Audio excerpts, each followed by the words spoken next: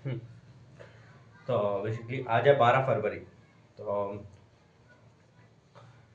आज हमारा टॉपिक है, एक सेकेंड, अगर आप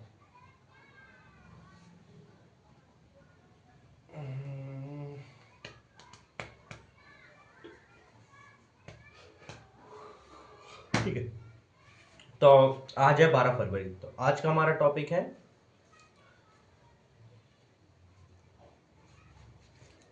आज है 12 फरवरी, तो आज का हमारा टॉपिक है स्विच। ठीक है,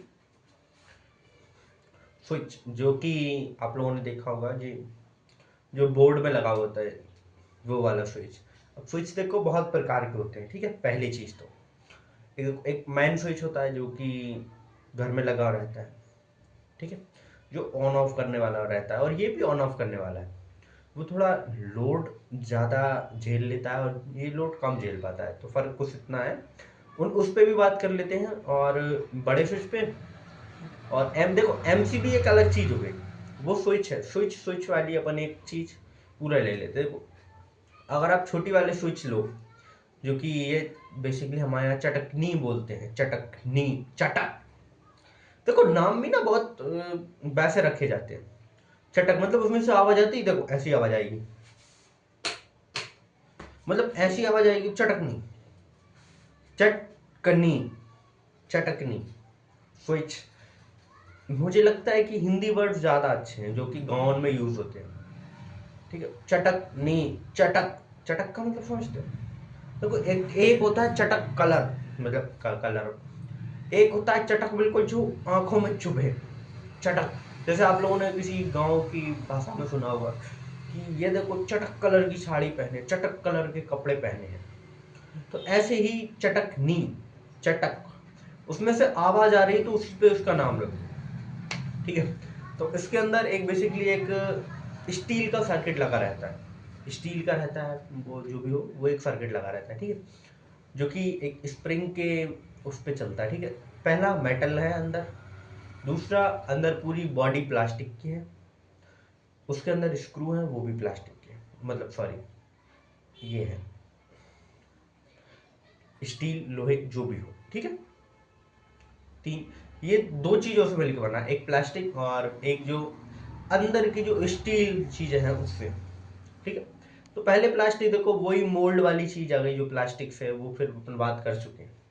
ठीक है, अब स्टील की वो भी मोल्ड में से ही बनाए गए। ऐसे नहीं कि प्रॉपर हर एक चीज की कटिंग करके, कटिंग करने में वेस्टेज ज्यादा है, मोल्ड बनाने में ज़्यादा आसानी है, क्योंकि मोल्ड आप बनाते जाओ बनाते जाओ, आपको एक फिक्स्ड अमाउंट में उसमें आपको पिघला हुआ जो भी आपको स्टील, कॉपर या फिर जो भी डालना है वो डालना है, और वो बन के आ गई।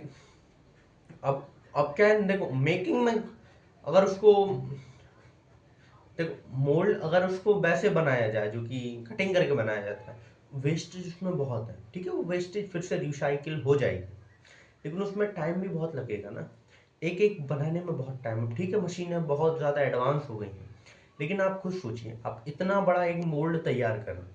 ठीक है, अब उसमें आपने, ठीक है स्क्रू की एक अलग चीज़ है, क्योंकि स्क्रू उसी से ही बनेंगे, मशीन से ही बनेंगे। लेकिन जो चीज़ ठोस है, जैसे कि इसमें लगी हुई रहती है, प्लेट रहती हैं और बहुत सी चीज़ें ऐसी हैं जो कि ठोस है, स्थिर है वो चीज़ें। तो आप इतना बड़ा एक खांचा बनाएंगे, उसके अंदर उसी के मोल्ड के हिसाब से आप मिट्टी में उसको गड़ाते गड़ाते गड़ाते गड़ाते उसी की शेप में बना देंगे। अब उसमें आपको सिर्फ पिघला हुआ मेटल डालना है बस, और फिर आप उसको निकालेंगे। आपके पास 20-25 मिनट, 30 मिनट, 50 मिनट में हजारों की संख्याओं में बनके तैयार हो जाएंगे।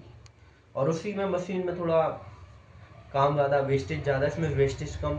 ठीक है, और मोल्ड का देखो क्या रहता है, मोल्ड में कभी इतनी फिनिशिंग नहीं आती, उसमें भी फिनिशिंग देनी पड़ती है। अपन फालतू की बात कर रहे हैं। ठीक है, प्लास्टिक ये चली गया, ये हो ही गया। और दूसरी चीज, अब बड़े वाले स्विच इस पे आए अपन, अगर अपन वो वाले स्विच इस पे आए जो कि मेन लाइट में कनेक्ट रहते हैं, हर एक के घर पे जो मेन स्विच रहता है, उसके लिए देखो उसमें शायद 8 9 10 बहुत सारी चीजें होती हैं।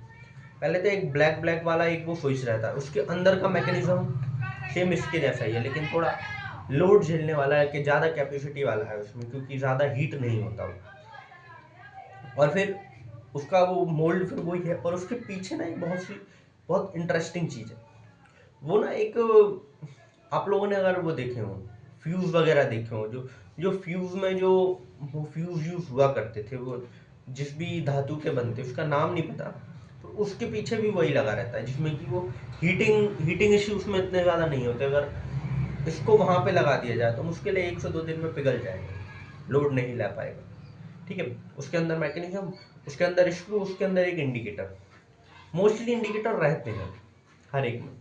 तो फिर वही चीज़ है जो एलईडी की प्रोसेसिंग बहुत लंबी है, उसको बनने के लिए, क्रिएट करने के लिए हर एक चीज़ में उसमें बहुत दिमाग लगाया गया। अपन बात की थी एक दिन, अपन एलईडी पे आएंगे तब उस दिन उस पर भी बात करेंगे।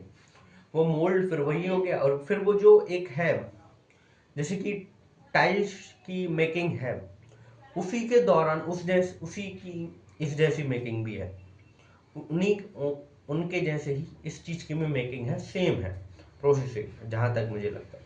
फिर वही वो स्क्रू, तो फिर वो उनको थ्रेडिंग कहते हैं, क्या कहते हैं, उससे बनाए जाते हैं स्क्रूज वगैरह जो भी रहते हैं। और फिर देन यही चीज़ें हैं, और उससे ज़्यादा मैंने शायद खोल के नहीं देखा अभी, और किसी दिन खोल के देखेंगे तो और बात करेंगे।